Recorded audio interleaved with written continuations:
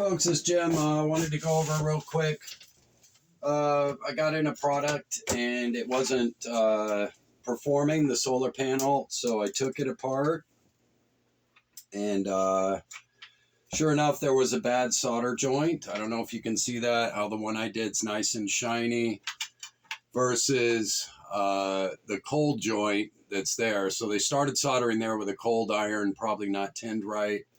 Then the iron was tinned and warmer, and that wound up being a cold joint. Anyway, then the next two were decent joints, but they didn't even clean the flux off of it.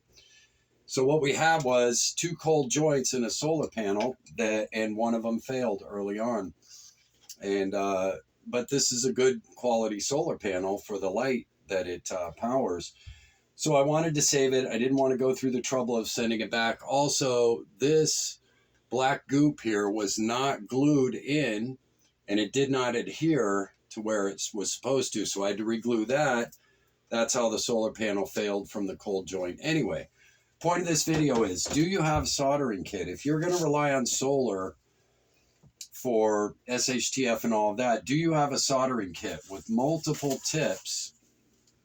Okay, so you can solder sucker, so you can remove components, things like that, repair your own inverters, things like that.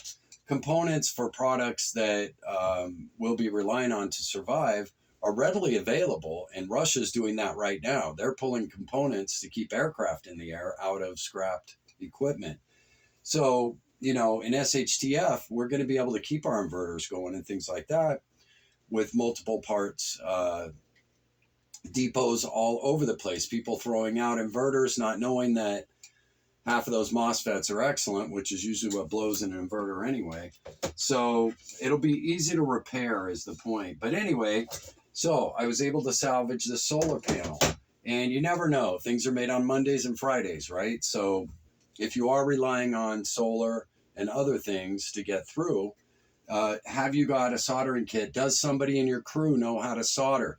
This is going to be as important as any prep you will have for long-term survival if you're relying on solar, lighting, and other things, okay? So a soldering kit is very important. There's tons of them out there. You don't have to spend a lot of money to at least be somewhat prepared, okay? I have two, and this one is adjustable, okay? So I can adjust the temperature. So if I want to do mil-spec silver solder, I can do that. I have the thermal capability to actually do mil-spec soldering. So, and I have plenty of solder and silver solder and other stuff. So do you have a solder kit is what I'm saying. A lot of people have all the neat toys of being prepared, but can you repair it? Does someone in your crew have the skills to repair it?